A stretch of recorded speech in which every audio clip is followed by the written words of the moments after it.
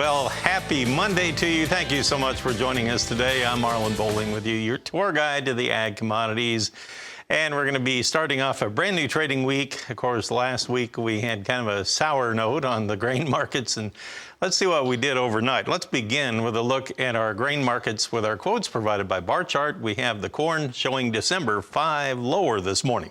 672 and a quarter this morning. That was almost 8 cents off of its overnight high.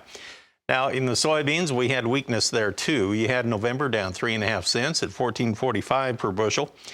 In the wheat market, interesting trade in the wheat overnight. What happened to wheat? December Chicago wheat fell down by 22.75 cents at 8.37 per bushel, within a penny of its low of the overnight trade. That was after a high of 8.61 What's that all about? We'll find out, hopefully, in a minute. Now, on the Kansas City market, you had December 21.75 lower at 913.5. And in the Minneapolis spring wheat, we had December down 17 cents at 921.75. Meanwhile, we had December cotton down an amazing 414 points again overnight, 95.15 per pound. My goodness, remember how we were way over 110 here not very long ago. Now we're not even anywhere near 100 points. Well, let's bring in Brian Hoops of Midwest Market Solutions and discuss what's going on. What is it about the risk-off mentality here to start out the week? Oh, and by the way, Brian, I just got this sheet of paper here. Let me look at this. It's an overnight export sale. Well, Shazam, look at that. We don't see many of them anymore. Let's see what it is this time. It's 136,000 tons of soybeans sold to China over the weekend. Oh boy, well, that's 2 boatloads. So I guess we'll be grateful for that business. Is that going to change anything this morning? Well, good morning, Marlon. We badly need to see some export business, so I think it'll help the soybeans out, be a little supportive that maybe China is starting to come back in out of their holiday and come back to the United States with some business. This is the time of year where we normally get some foreign buyers buying corn, buying soybeans, and our soybean sales pace is above last year's pace by about 13%. So this will certainly help out after a week where we saw no sales whatsoever last week. We'd like to see some corn sales, but so far that has not happened. But we'll see how the week progresses. This week we're really focused on what the Fed is going to do. It's expected they're going to raise interest rates by 3/4 to a full basis point. Bonds are down, stock market's down, crude oil, energy are all down off of this anticipation as we go into the Fed meeting in the middle of the week. So it's something that's likely to drag the grain markets lower. Lack of export business for wheat and for corn, for soybeans has all been a drag as well. And then you had news over the weekend that ICAR, a Russian agency, raised their estimate of the Russian wheat crop to 99 million metric tons. I believe that's a new record. USDA is currently at 91, so it's a big difference compared to what the USDA is focused on.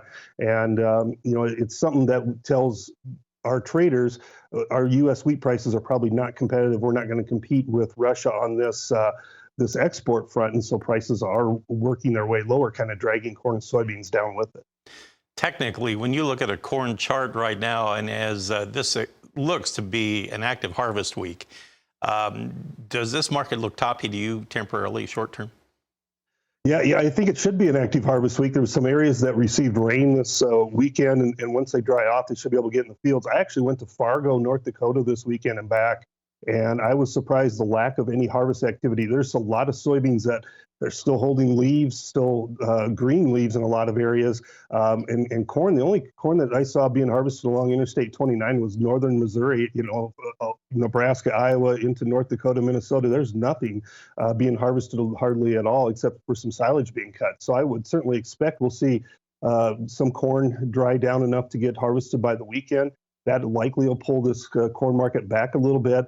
I don't know that we're going to fall out of bed in here because of the yield variance, but we certainly could see additional weakness in this corn market until we get near the small grain summary report at the end of the month and October 1 date. That's kind of your psychological harvest low date. So we may just kind of drift lower back with this weak economic news and the impending harvest. Interesting stuff. All right. Well, there's a lot at work here this week or two coming up ahead, and we'll have to keep close tabs on what the market moves tell us. Brian, we'll pause right here and we'll take a look at our livestock trade and what to expect this week when we come back. Well, let's talk with Ryan Hoops about the setup on our livestock trade. Brian, when we look back at our livestock summary from last week, it seemed like the prices were just kind of stuck there for the most part during the latter half of the week. And I didn't really see a whole lot of activity. It looked like maybe just a little cleanup trade on Friday. What did you hear? Yeah, Friday's trade, a lot of cleanup. Most of it was done by Thursday. It was fairly decent volumes. A lot of it, I think we can consider steady. With a week ago, there was some instances of higher money and a couple instances of lower money on a dress basis. But overall, I think you have to call it steady. The calls this week going into this week looking steady to higher. Once again, that's kind of the similar calls we saw last week. It's going to be kind of a busy week for report fronts because the cold storage report comes out Thursday afternoon. The cattle on feed report, the monthly report there, Friday afternoon. So the news wire is kind of compiling their estimates right now. We had submitted ours last week and looking for a little bit of a reduction on the on-feed supplies as well as placement numbers. I don't know that it's going to be a major market mover once again, but trade is certainly watching the packer margins starting to slip a little bit in here. We've had a little bit of strength in the cash and some weakness in the cutout value. So it's not a concern yet, but the fact that it is slipping and maybe $35, $40 on the week is garnering some attention from the trade. Brian, you mentioned that most folks are anticipating at least a 3/4 basis point or a 75 basis point adjustment upward in the interest rate by the Fed later on this week. If it comes out to be a full point or 100 points, do you think that will throw a curve into this livestock trade in the meat markets here moving forward, or is that fully built in, do you think? Yeah, I think we're going to build it in by the time the Fed announces it on Wednesday. It's been reaction in the stock market last couple times the Fed has raised rates is to trade lower going into the announcement, and once it's been announced, then to see some sort of a rally. And so, the stock market and the livestock market, if they follow each other, we could be down in the early part of this week and then see some sort of a recovery late in the week after the announcement, because it does look like we're going to see a jump in the rates. And stock market is already trading lower, likely to drag live cattle down just a little bit on the opening this morning. Well, we finished up Friday on a downward note. On the live cattle, we did have October down 12 cents. At active December was down 35 Friday afternoon at 150.97. That's where we'll start today. On the feeder cattle, we wrapped up last week with October 32 cents higher. That was interesting, 181.25. But then right next to it, you had the November contract going down one tick, while January went up one tick. So just kind of an indecisive close on Friday. On the lean hogs, though, they were higher across the board, with October up 85 cents. It finished at 96.90. That's up there at pretty lofty levels. Again, what do you see happening on the open this morning? Well, the hog market, we could see, a little bit of follow-through buying, I think. The index has really fallen, really a free fall in that index, down about $20 from its peak. So it's pretty much in line with the October futures.